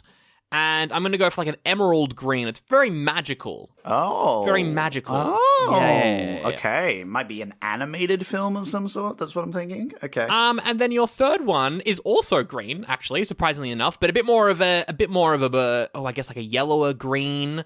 rather brighter? than like an Okay. emerald green. I'm just gonna say that movie is green and black. That's what I'm gonna say it is. Oh, and black. Okay, that was unexpected. When you said like a lighter yellow or green, I was thinking of The Mask. Because The Mask 2 has been on our horizon. It's been threatening to make it... You know what? It is a similar color to The Mask, but The Mask 2 is not an option. God. I will put that out there. Oh, thank God. Not Okay, an option. okay. This Whew. week. Whew. I don't have to worry about that. Okay. That's good. Okay. I have a question. All right. If these movies Okay. were to adopt a robot child and construct one for a specific menial job that is like their programmed menial job, what child would they construct? Is it like a janitor bot or like a, or server bot or washing bot? okay, I don't- What bot would they construct? This is interesting because that's such an interesting question for these three movies because I could answer them in many different ways. I could answer them in like the style of the main character, or I could answer them in like what the genre of the movie is. So what I'm going to do is I'm going to do a mixture. So movie number one, I'm going to say that is... Do a combination of both, that's their personality and their job, Does it have to be like a real job? Like a normal job that a person would have? Or could it be like a more kind of out there job?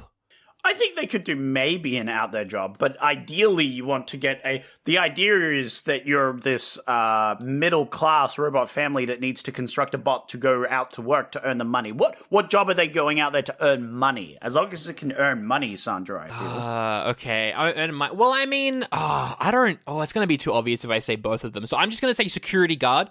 Security guard? Okay, first one's security guard.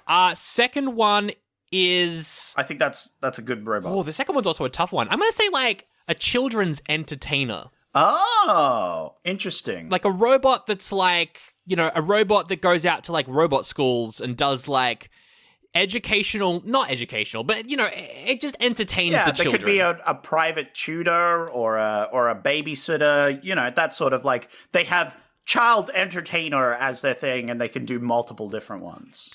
I'm gonna say that third one is like, have you ever been to a restaurant? We have maybe a couple of them in Melbourne where there's like, like waiters and waitresses and the staff are on like, they have like roller skates.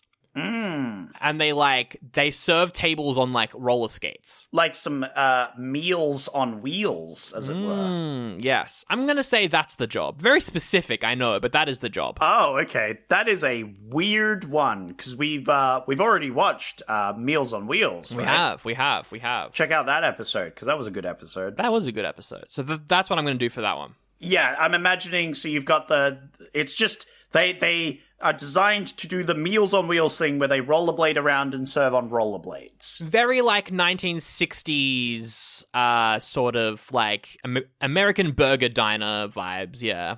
Yeah. That's what I was feeling. That was what I was feeling. Oh, these are... I'm not quite sure yet what these movies are about. This was interesting. Like, I got maybe some, like, kung fu from the first one, but security guard... I mean, that does have combat in it, potentially. The second one's definitely, like, a kid's film, for sure. This is, like, very apparent. You got bright colors. Guess. Yeah, sure. And a child entertainment. It's got me kids' animations. And then the third one... Sanjo's like, not at all. Look, this is the vibe I'm getting. This is the vibe. I'm just going to cut that one immediately. Fuck you, Sandra. Oh, really? You're never watching that one. No. Okay, no. good. Give me a bit. I'm thinking about it. I'm thinking. And then the last one, it was green and black, but Wheels on Meals diner. I was just trying to think of something like very active. Yeah, like an active sort of job. Yeah. Ooh, active. Interesting. Okay. All right, next question. If these movies were to buy a luxury item, if they were to participate in capitalism, buy something very expensive, it could be anything at all, but it had to be very expensive, what would they buy? Movie number one is going to spend all its money on a fossil. Ooh,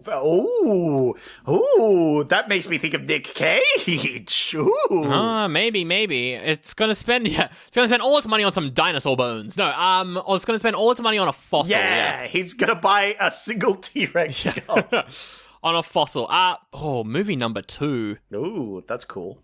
Movie number 2 is gonna just spend all its money, not on one particular item, but just on an overall collection of items. It's gonna really expand its wardrobe. A lot of clothes.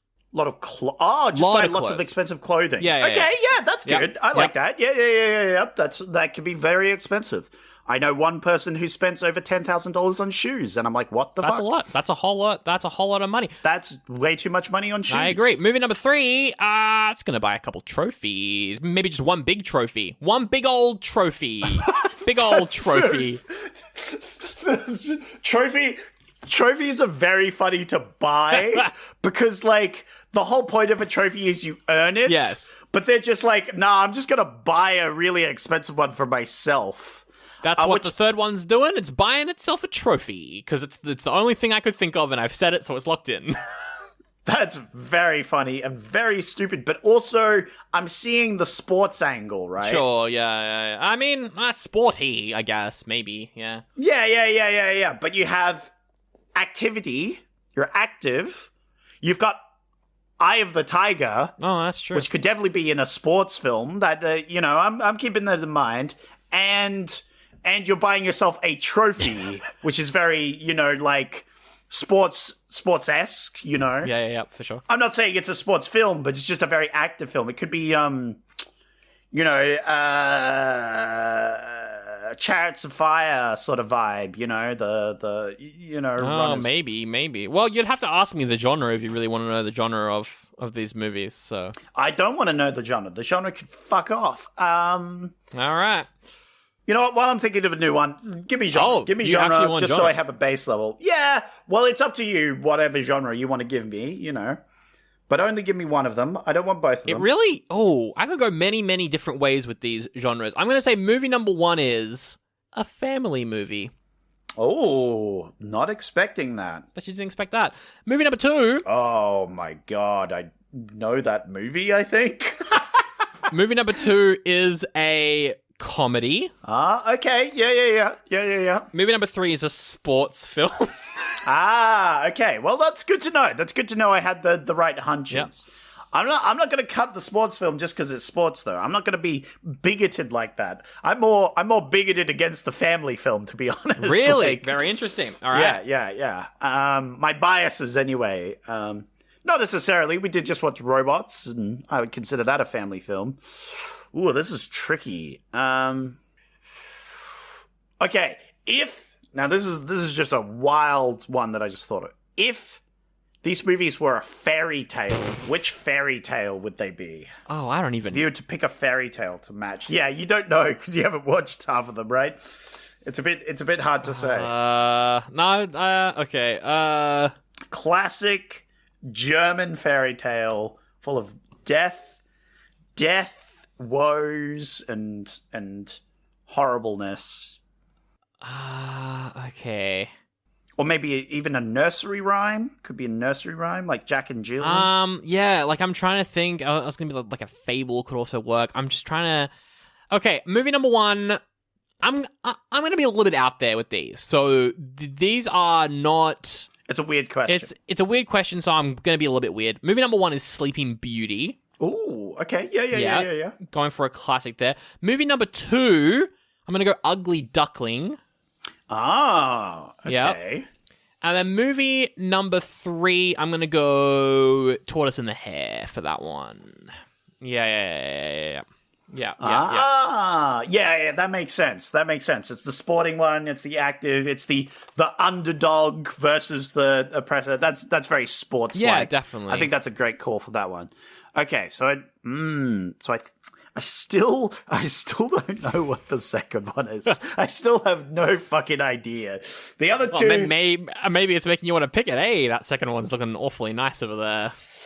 No, I don't want to pick it when you say it like that. I think it's... Oh, okay. All right, I'm going to give you one more question. This is a tough one, but... Yeah. Do I do it? I was thinking of asking for Rotten Tomato scores. Do you think I could ask that one? Would that be fair? It's up to you. Exactly what question? Like above or below 50 or the exact score? The above or below. The above or below. Sure, why not? All right. Give me above or below then. Movie number 1 is below. Movie number 2 is below. Movie number 3 is above. Oh, well, that makes sense. Sport movie, sports fans. It has... Now, whether or not those ratings should be like that, who knows? But that is objectively on a fact level what the ratings are. Okay. All right. I'm going to cut the sports film. Oh, wow. Okay. I am going to cut it because it's above. Like, it's the odd one out there. All right. And I feel like it's going to be a good film. It's going to be like maybe a footy film, you know, maybe there's some good ones out there, you know, there's a lot of running. I think it'd be a good film and I think we'd enjoy watching it. I don't know if it's the best film for us to talk about. I know we're both really big sports people, but you know. Yeah. All right. Cutting that one. That's fair. That's fair. The only sports I play are esports. Then I've got the 50-50. Oh, how about if they were to invent an invention? Okay, sure. What invention would they invent to solve a problem? Oh, this is tough. Movie number 1. Yeah, that one's a tricky question. Movie number 1, time travel. They just invented a time machine. How about that? Whoa. Boom. What's that going to do? Yeah, that's cool. Yeah. Oh, that first one, inventing time travel. That's crazy. Okay, I'm pretty intrigued. And the second movie, it's going to like essentially invent like maybe it's like a laser or something, but it does like Mystique's powers. Like it's an invention that basically replicates what Mystique's powers are. So yeah, like shape-shifting, like a shape-shifting invention that makes you shape-shift and stuff like that. Yeah, it's shape-shifting over here. Very cool, very useful. I like it. Sure, I'll go with the second one. Fuck it. Let's do it. Fuck. Let's go with the second one. Fuck. Okay, so what did you think the first movie was then? I'm going to ask you what you thought each movie was. What did you think the first one was? This is the vibe I got, and look, I'm probably going to be comically wrong, but that's the whole point. I think the first one was Night at the Museum. It was Night at the Museum. You were correct there, yeah. Yeah, there you go. Night at the Museum. I had that on DVD, and so I have watched that one. That is one, you mentioned like a movie that we'd seen 100 times. That is a movie I owned on DVD, and I know I saw 100 times. Yeah, that was one that I have not seen in quite a while. I was, really interested in rewatching it. So, yeah. That's a fun one. I like it. I like it a lot. I really... And I definitely will probably bring that one back. Don't know why it's got 42% on Rotten Tomatoes. Feels real low, but yeah. It was a middling movie, I think. It wasn't the best, but it was far from the worst. I think, it's definitely got maybe a little bombed on by critics, perhaps. For sure. I do think it's quite good. But yes, that was the first one. The last one I thought, I'm either 50-50. It's either Rocky or just a random sports movie about a football team. So here's the thing with the third one. Look, the song Eye of the Tiger, which is the connection, is only in Rocky 3 and 4, and I'm not watching 3 or 4 Rocky movies. Yeah. So it's not Rocky. It was not Rocky. It was a movie called Whip It, which is about a women's roller derby team. Whoa! Elliot Page is the main character. Drew Barrymore's in it. Looked like a lot of fun. Looked like a real good time. I was never getting that one. That's crazy. Looked like a good movie that I want to watch. But my goal to put that in was just to make you think that it was Rocky. That's why I put it in. So yeah. Yeah. I mean, that's what I think of. It's like clearly it's in 3, so my perceptions of Rocky are just wrong. Well, I was gonna be like. Yeah, because like 3 is Mr. T, and then 4 is Ivan Drago, and it's got the robot that he fights at. I think is in 4 as well. It's the Rocky robot one. So anyway, I was like, but the first one, I don't have time to watch 3 of these. So that's why I didn't end up putting that in. But the movie that you chose, look, you liked Wayne's World, right? I love Wayne's World. Wayne's World's great. Wayne's World. Did you like the guy who played Garth? The other guy? The other? Oh yeah, he's cool. Yeah, he's great. Well, you picked a movie he's done with a fat old 1% on Rotten Tomatoes. Next week we're watching The Master of Disguise. Oh my god. Oh no. I picked the wrong option. Look, it looks awful, but it could be funny. It couldn't be. I love his like weird turtle outfit. Yeah, turtle outfit. It's about Dana Carvey. He plays Pistachio Disguisey, and he has to disguise himself a bunch of times to stop criminals. I don't know. You know what his invention should have been? It should have been like a spy watch that allows you to change things, like TF2, you know? Anyway, yeah, you picked that one. That is, oh boy, we're going to regret picking that one. See, I'm happy you picked this because I think it's gonna be a very good episode. It's got a 37 audience score, 1% is critic score. It has over 100 reviews. That's not good. That is... Pretty sure he does brownface in the movie, too. I think it's very racist.